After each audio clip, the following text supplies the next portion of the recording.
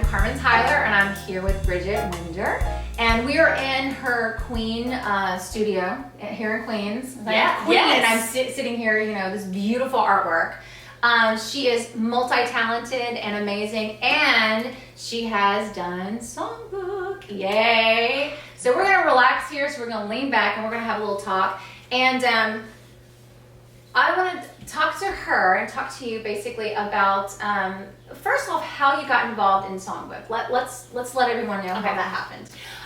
It's kind of like a long time coming in the sense of I met Jennifer Dowd, I guess 16 years ago. So she's been in my life for a very long time. I met her when I was in high school, and I started taking voice from her, and obviously she was brilliant from moment one. And we just have always had this relationship. When I moved away and would come back and would still take voice from her. So then I was home during that time, and I had been living in Los Angeles, and I happened to be home during Songbook South, and she was like, hey, we're doing this thing. There's like a college portion now. I wasn't in college at the time, but she was like, you can come in with this group. And so that's what I did.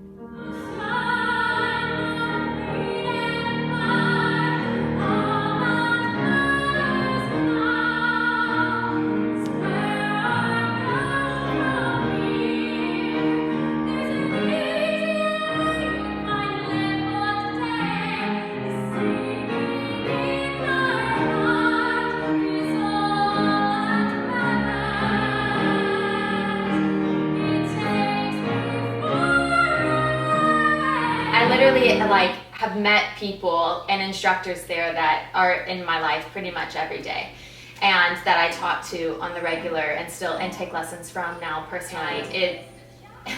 I mean, I know it sounds cliche, but it really did change my life with those relationships. Awesome.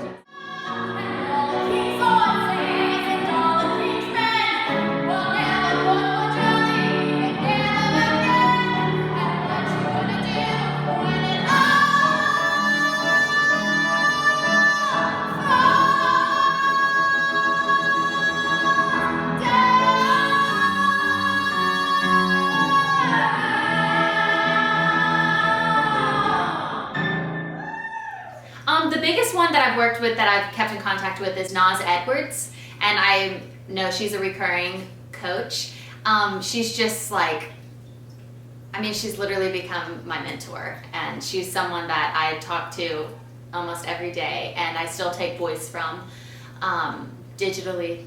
And she's just, I mean, she's just so brilliant and so humble, and just a perfect match for Jennifer and Songbook South. And I know other kids have garnered so much from her wisdom. And I mean, she's someone who came from Broadway and from New York and this 25-year background in this city, and has done what I want to do. And that in itself is inspiring. So talk to me a little bit about how you came to New York and what you've been doing. And I know that she's lived like in a lot of different places, and that's awesome. But we also want to talk to, you know, young people who want to do this, want to do what you're doing. You're a singer, you're an actress, and you're an amazing artist all the way around. So tell me about that story. I came to New York the long way again, and I grew up in Shreveport, Louisiana, where Songbook South is based with Jennifer. And I always wanted to be on Broadway. Like, that was it from 4 years old. I wanted to do Rodgers and Hammerstein movies, which my little mind thought they still existed, and then wanted to be on Broadway, and I never looked back. And so meeting Jennifer, she got me like how to do the college thing, and having other mentors like showing me and my parents how to go along that. And I went to college at the University of Alabama and studied musical theater, and then moved to Los Angeles right after that, which why would you move to LA if you want to be on Broadway? But I figured, well, television and film, you have your youth, do that one first. Right. So I did not know I was moving out there and was going to find out I had this gift of art. So I started drawing when I was in college just to like expel personal demons. Like it was like my form of a journal, and drawing something every night. And then it was very evident, like after the first one, that I just had a knack for it. So my dad passed away in 2014 when I was in Los Angeles, and I started painting, and that's where all of this has come from, just still painting every single day. So I got to New York because it was just time. Like it would just, that was it. It was like, it's time to go to New York. The gift is developed. But it was, once I got to New York, my sister and I moved here, and we have lived in every borough except the Bronx. So we started on Staten Island, and then moved into Harlem and Manhattan, and then moved into Brooklyn, and then moved to another place in Brooklyn, and then to Queens, and now we live in Queens. So we have moved 6 times in the short time we've lived in New York. And it's just been really great, but it's difficult in the sense of just being adaptable. Yeah. And I think I learned that most in like Los Angeles, was to just like develop and hone my gift. And it was so nice to be able to separate from what everyone I had been training with at college was doing. Yeah. I was able to healthily celebrate everything they were doing, which celebrating people who are getting what you want is a superpower. And it's something we should all practice, because there's enough room for everyone. And just to celebrate those people and lift them up, and I was doing my thing and they were doing their thing, and then it was just time to move, and found my way to New York. And it is, I would say that just the difficulty for me personally is just being adaptable. Like, everything's difficult, and I love it. It's like this romanticized thing that I've always had since I was little, that getting your groceries is difficult. It takes an hour to get anywhere in New York as it does to LA. Not anywhere, but it is a trek. Like, you have to carve time out to go to and from.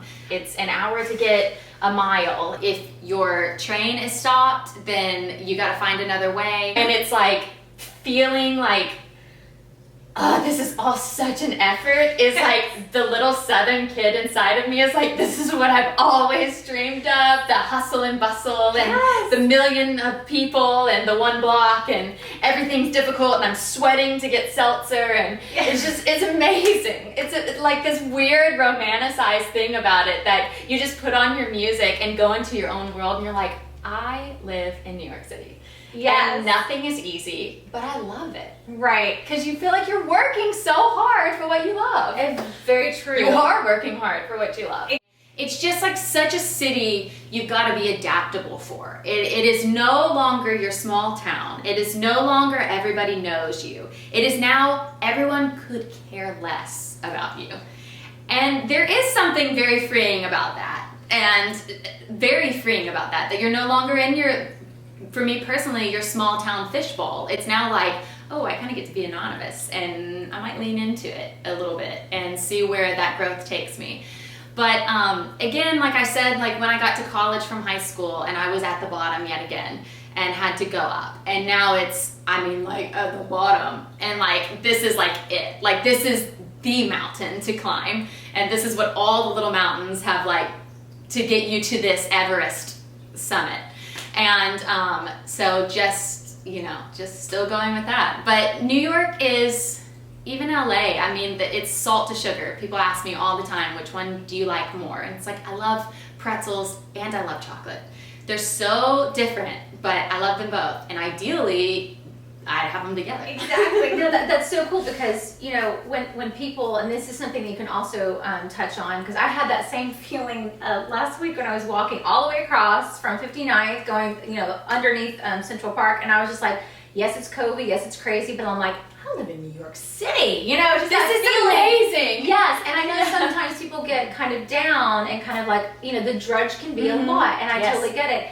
And if you're not, you know, like someone like you or me, like I get really giddy about the smallest things, and that's great because being creative sometimes you are. But explain what you do, you know, to kind of keep yourself lifted in spirits, because it can get bad, you know, it can get down. COVID's been a little weird, but sometimes you have those little things. What do you do, like your artwork or just singing, or what do you do like during COVID when all this stuff kind of went down to kind of get your hopes up and get yourself going and to kind of revamp, you know, define things in your life? My personal life is not much different than life in COVID. It's very isolated. It's very like create until something sticks to the wall. And it's been like that for a long time, for a decade.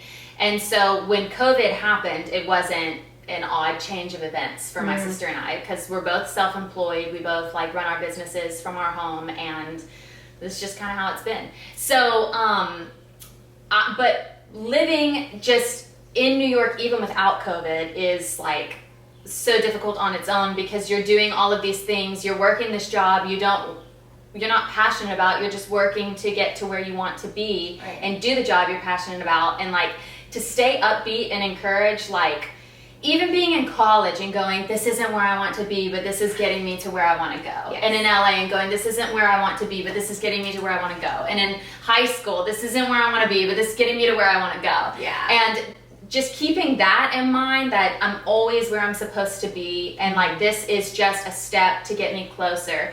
But then I'd say the biggest tool is I create for myself. Nobody gives me permission to create.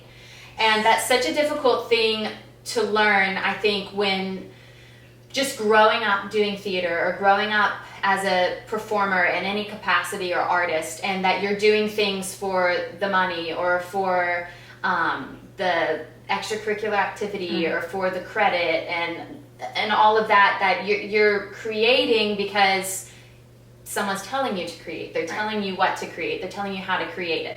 But when I sit down with my art, no one's telling me to do anything. And that makes me excited, that I still feel like I'm in control as an artist, because I am in control as an artist. But then when it comes down to like, I mean, I've done countless hours of just sitting outside in the cold for hours to get in for the Broadway audition, to sit for 16 hours that day, to be told literally the last 5 minutes of the audition, everyone go home, we're not seeing anyone. So it's like but I would always step out of those and well up with tears in my eyes, because I couldn't believe I was there. And I still can't believe I'm here. And this has been such a long journey. And I think just like, again, this is gonna sound cliche, but I love what I do so much.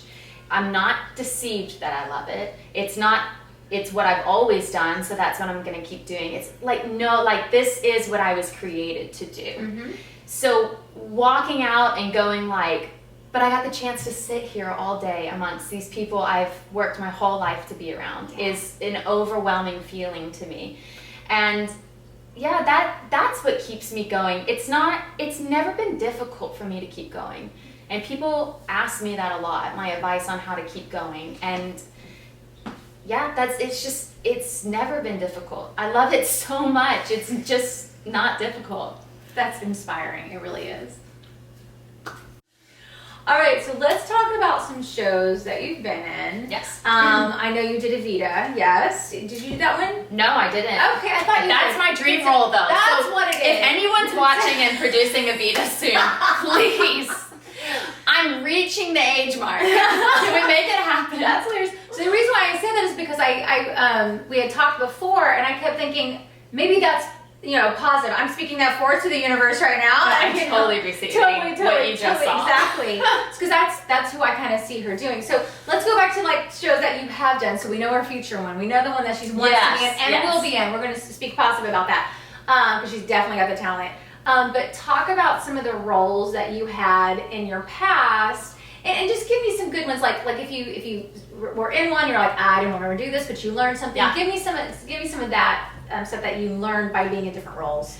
Roles in the past. I guess growing up in high school, like I was the cliche, like the kid who gets the roles. Like you've got like your certain amount of kids, handful, that are like, they're the ones that are obsessed with this thing called Broadway that no one really knows about. Right. And they're going to be the ones that play all the roles. Right, so in high school, I was like, yeah, like I'll get the roles. Yeah. And then I went to college and was like, oh, everyone is this kid.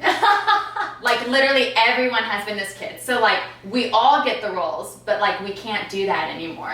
Right. And that was like, I mean, like a huge wake up call to me. And that was like really, really tough and humbling. Right. In a good way. So that was like one of the biggest lessons I've ever learned is that there are so many talented people out there. Mm-hmm. It's not a rare thing to have talent. Yeah. But it is a rare thing to keep going. Right. Right. And that's like the thing that gets you in the door at the end of the day. That you didn't stop. Because you can get your big break and not have any work ethic and it'll go away. Right. So you won't continue with your career. So that was like the biggest thing to like teach me at that time to push.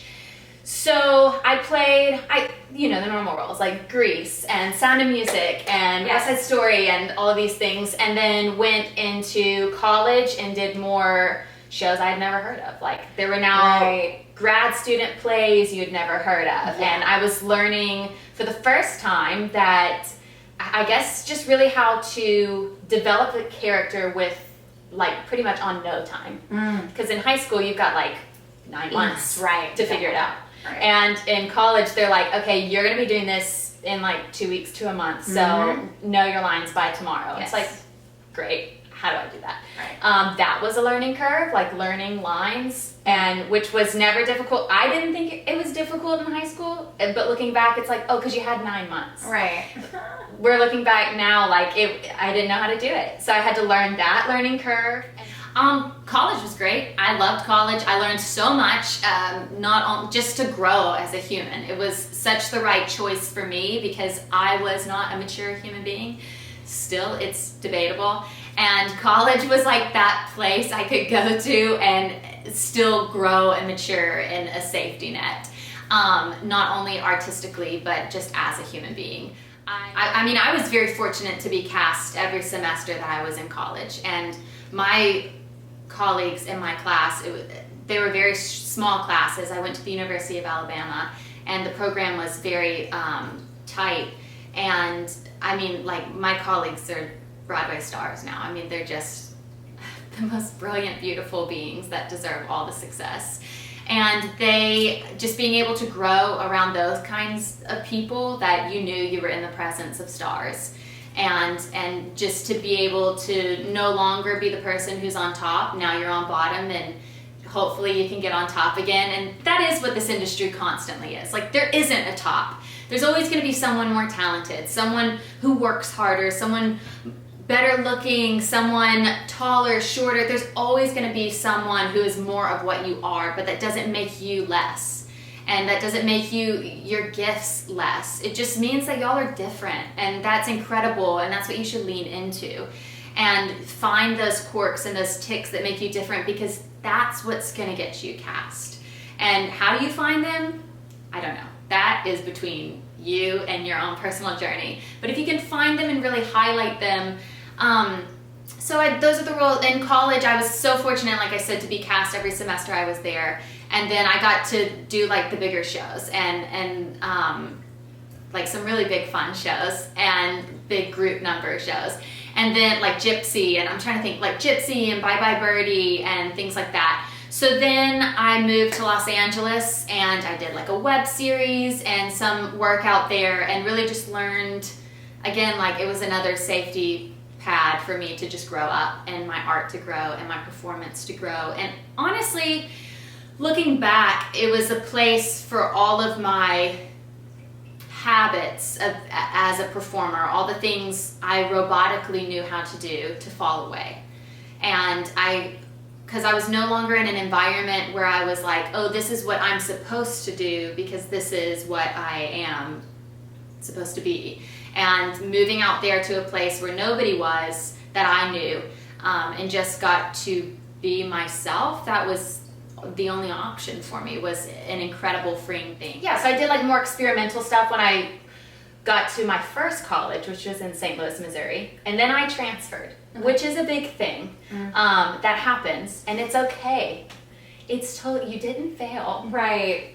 Or maybe you did, but failure's not bad. No. I personally love failure. It's like teaches you a lot about yourself, and you're gonna experience it a lot. Yeah. It will never go away. It's part of success. Right, and I recently heard that if I was reading this thing talking about when people don't get what they want or whatever, instead of seeing failure, think of it as a redirection. Yes. To something else. And so, and you had mentioned before, you know, trying to keep your spirits up and being, you know, basically unique. When I'm listening to you, that's what I tell students and things like that, of like being your unique self, because there are a lot of people who are talented. Yes. That isn't as unusual. And there are a lot of pretty people out there. There's a lot of this or a lot of that. But staying true to yourself makes you unique, and that shines. Yes. So this is one thing I love about you. I know you're going to be amazing. I know you're going to do so many things. You know, I know COVID's got us in a weird place right now. But that doesn't matter, because you also, as you mentioned, did film and TV. So you also just did a film. So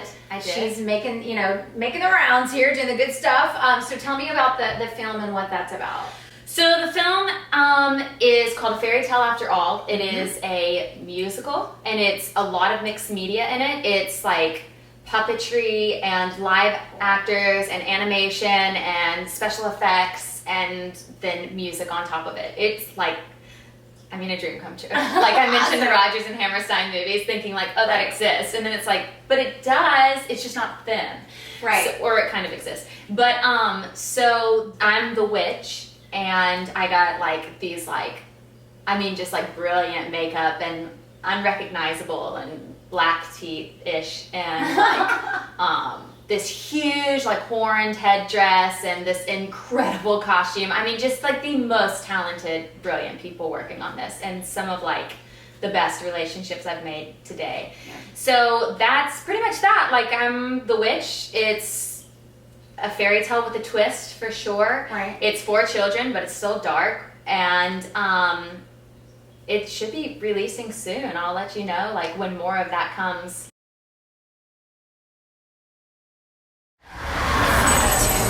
Without the princess, we are all in danger. This is a fairy tale. It's just a story.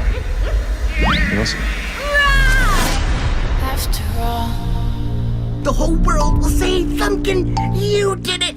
You saved the day! Uh-oh. Who goes there? Whatever, we're running out of time. Go.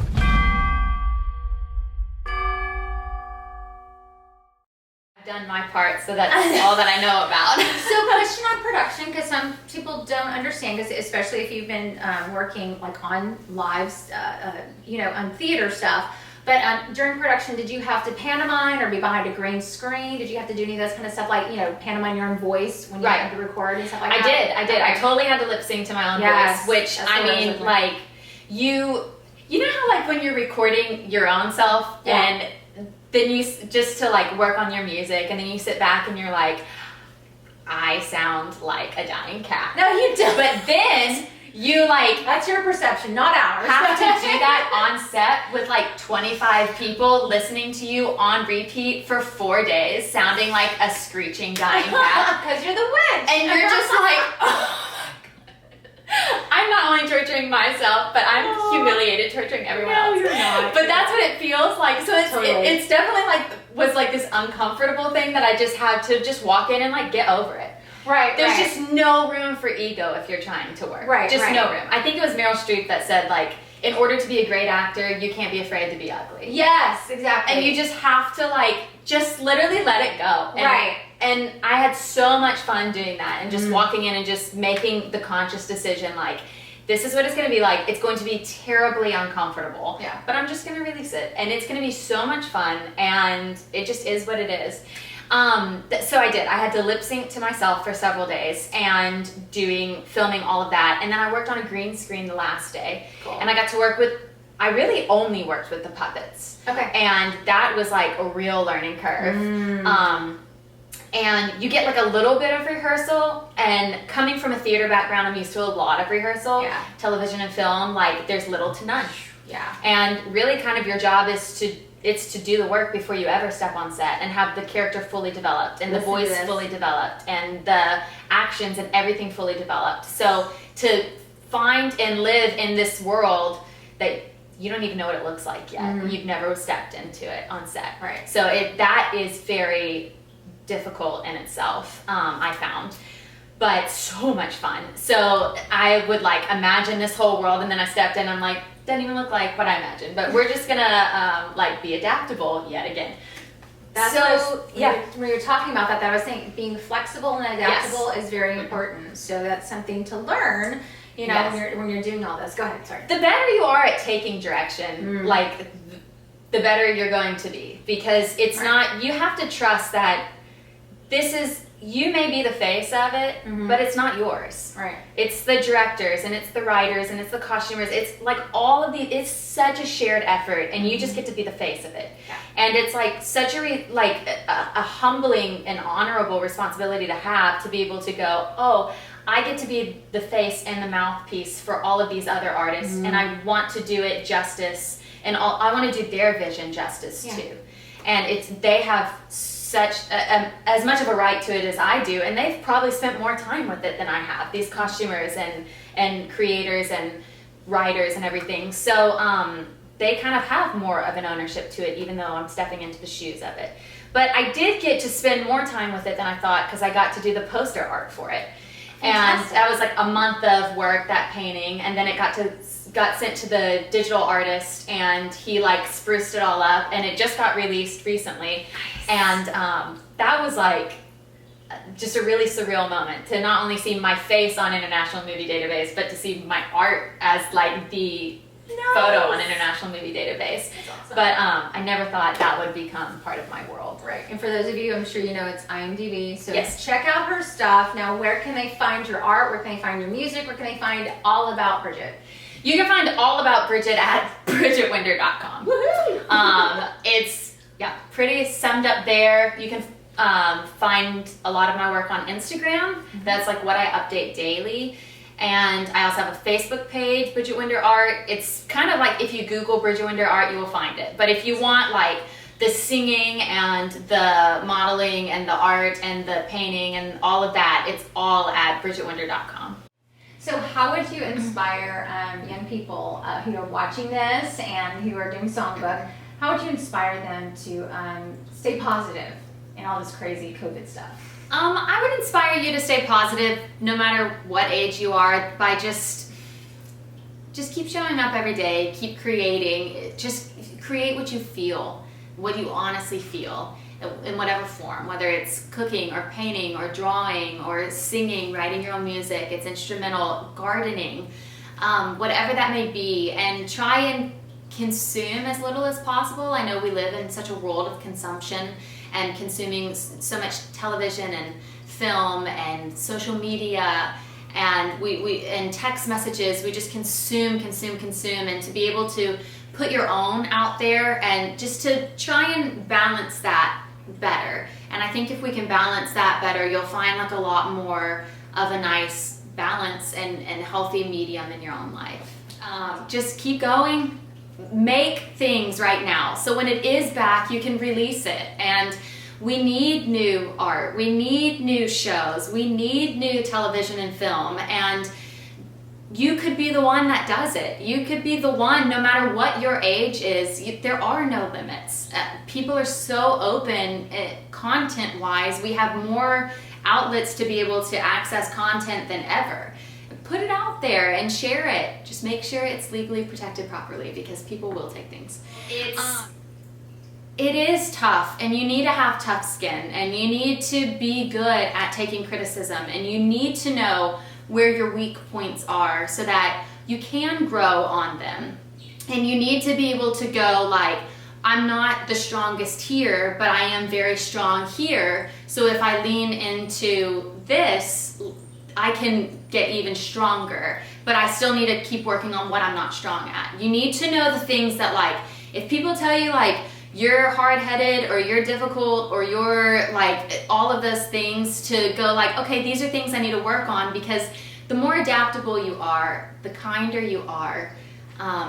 Things like that are what do take you farther and make your career longer, and it makes just everything easier to go, I'm just coming from a grateful heart to be where you are.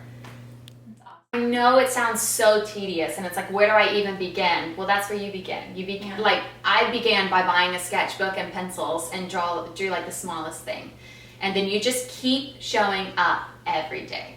If you keep showing up every day, you will look back and go, I don't know how I got this far. I guess it was just keep showing up every day. And it's amazing how all of those days add up in the long run. Right. So that would be my advice. Just find a way to create for yourself that no one has to give you permission to do it. That you just get to do it on your own. And there's just such like a healing factor of that too. Yeah. To be able to have control over your gift. Yeah.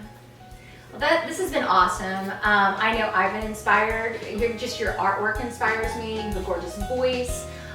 So I just want to thank you, just to let Bridget know, thank you so much for inviting me to your studio. And you can find out more about her on bridgetwinder.com. Go there now. You're going to hear a lot more about her. And, check out her art, check out her music. We're excited at Songbook to see what's going to be happening in the future for her. I'm so excited about Songbook. Do Songbook, Sal. It's awesome. You're going to meet the most amazing people. Yes. And grow. Yes.